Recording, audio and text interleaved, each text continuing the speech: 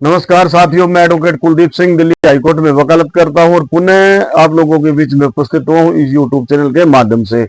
आज हम डिस्कस करेंगे आर्टिकल 21 का लैंडमार्क जजमेंट।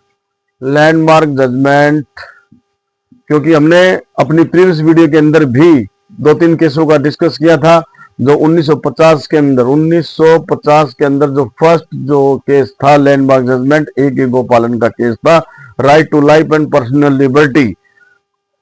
उसमें एक गोपालन वाले केस के अंदर राइट टू लाइफ और पर्सनल लिबर्टी को सिर्फ फिजिकली जो राइट टू लाइफ राइट तक ही उसको सीमित था, उसमें डिसाइड किया गया था। लेकिन उसके बाद खड़क सिंह का केस आया और खड़क सिंह के केस ने एक गोपालन वाले केस को ओवर रूल किया। फिर उसके बाद मेनका गांधी का केस आता है। जब मेनका गांधी के केस के बाद इसमें बहुत बदलाव होता है और एक चेंज आता है और राइट टू लाइफ और पर्सनल लिबर्टी आर्टिकल 21 की एक डेफिनेशन और इसकी जो व्याख्या है बहुत बड़ी हो जाती है और इसमें बहुत सारी ऐसी चीजें आती हैं जो कि बहुत ही महत्वपूर्ण है।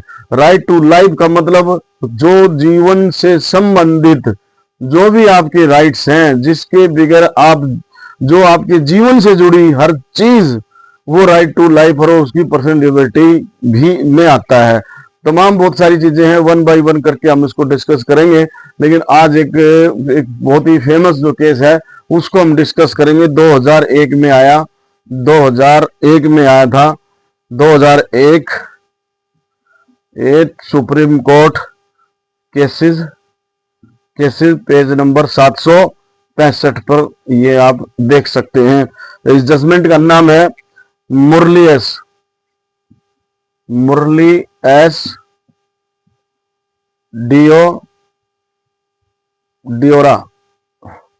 डियोरा वर्सेस यूनियन ऑफ इंडिया। ये केस आता है। बहुत ही लैंडमार्क जजमेंट है और हर आदमी को इस केस के बारे में पता होना चाहिए। हर एक आम आदमी को इस केस के बारे में पता होना चाहिए। Murli S Deora versus Union of India, इसके बारे में, इसकी स्पेलिंग है DEORA।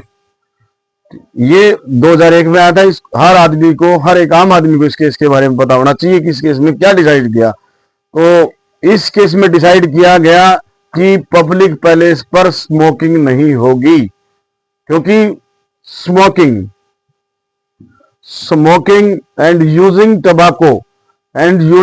tobacco on a public place, it's a violation of the fundamental rights for non-smoker।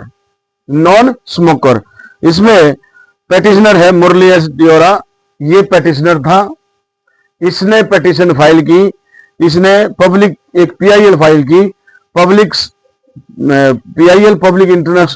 Interest litigation file किया और कोर्ट में कहा कि ये अगर कोई भी व्यक्ति पब्लिक पैलेस का मतलब ऑडिटोरियम के अंदर, हॉस्पिटल की जो बिल्डिंग है उसके अंदर, जितने भी हेल्थ इंस्टीट्यूशन है वहां पर, एजुकेशन इंस्टीट्यूशन है वहां पर, लाइब्रेरी के अंदर, पब्लिक ऑफिस के अंदर, कोर्ट बिल्डिंग के अंदर, पब्लिक कन्वेंस और इंक्लूडिंग रेलवे के अंदर, मतलब जो भी जिस भी जगह को पब्लिक के लिए इस्तेमाल किया जाता है, वो वहां पर अगर स्मोकिंग होती है, तंबाकू का इस्तेमाल होता है, तो it's a violation of the fundamental rights of the for non smoker. भाई जो नॉन स्मोकर है, जो स्मोकिंग नहीं करते हैं, धूम्रपान का इस्तेमाल नहीं करते हैं, तो उनका फंडामेंटल राइट्स का वायलेशन है। वो ऐसा क्यों? क्योंकि अगर जो नॉन स्मोकर है, अगर वो ना चाहते हुए भी, भाई स्मोकिंग करने वाला तो तंबाकू इस्तेमाल कर रहा है, लेकिन उनकी वजह से जो नॉन स्मोकर है उनको भी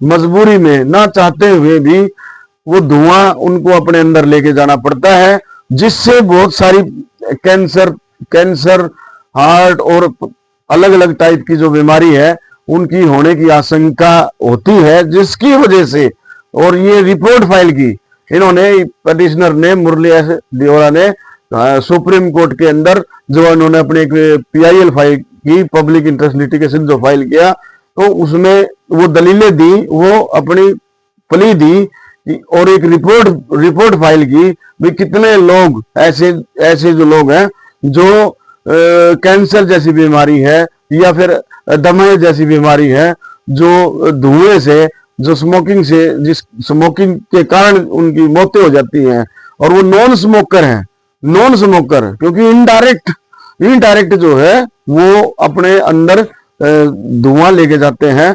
तो इसलिए इस केस के अंदर ये डिसाइड किया कि भी जितने भी पब्लिक पैलेस हैं वहां पर जो है स्मोकिंग नहीं होगी, क्योंकि टबाको कंज्यूम करना पब्लिक पैलेस पे, ये आर्टिकल 21 का एक इंडिविजुअल पर्सन का एक फंडामेंटल राइट्स का एक वायलेशन है। तो ये बहुत ही महत्वपूर्ण केस है और लैंडमार्क जजमेंट है।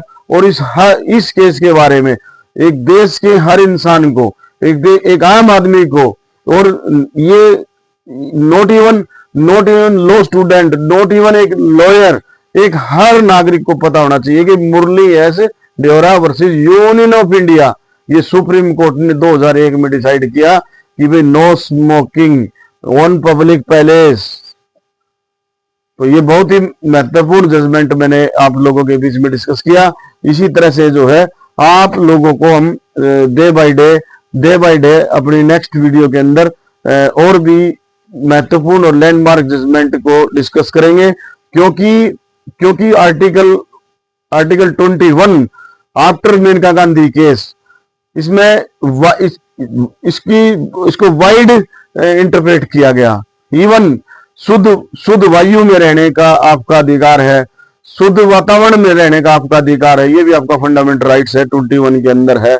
और इवन आपको किसी भी हॉस्पिटल के अंदर अगर आपके पास पैसे नहीं है तो आपका इलाज करने के लिए कोई मना नहीं कर सकता, ये भी आपका फंडामेंटल राइट है। राइट टू शेल्टर, ये भी आपका फंडामेंटल राइट है। जीविका कमाने का, लाइवलीहुड का, ये भी आपका फंडामेंटल राइट है। और हैंड कफिंग नहीं किया जा सकता, ये भी आपका फंडामेंटल राइट है। तो तमाम और भी बहुत सारी चीजें हैं इसमें आर्टिकल 21 के अंदर। और एजुकेशन प्राप्त करना, ये भी आपका फंडामेंटल राइट्स है, क्योंकि जब उन्नी कुर्सिना का केस आया था तो उसके बाद 21 के अंदर एक स्पेशल 21A इसको ये जोड़ा गया, और right to education also the fundamental rights, right to life, यानी कि जो चीज आपके जीवन से जुड़ी है वो हर जो है इसके अंदर आर्टिकल 21 का राइट टू लाइफ और पर्सनल लिबर्टी उसमें आती है। लेकिन 1950 में A.K. गोपालन में सिर्फ आर्टिकल 21 को सिर्फ फिजिकल लिबर्टी तक और फिजिकल बॉडी तक ही इसको सीमित था इसमें, उस जजमेंट में। लेकिन जैसे जैसे मेनका गांधी का केस आया था, पासपोर्ट केस के नाम से जाना जाता है मेनका गांधी का उसमें राइट टू अबॉर्ड यानी विदेश जाने का अधिकार, ये भी डिस्कस उसमें हुआ था।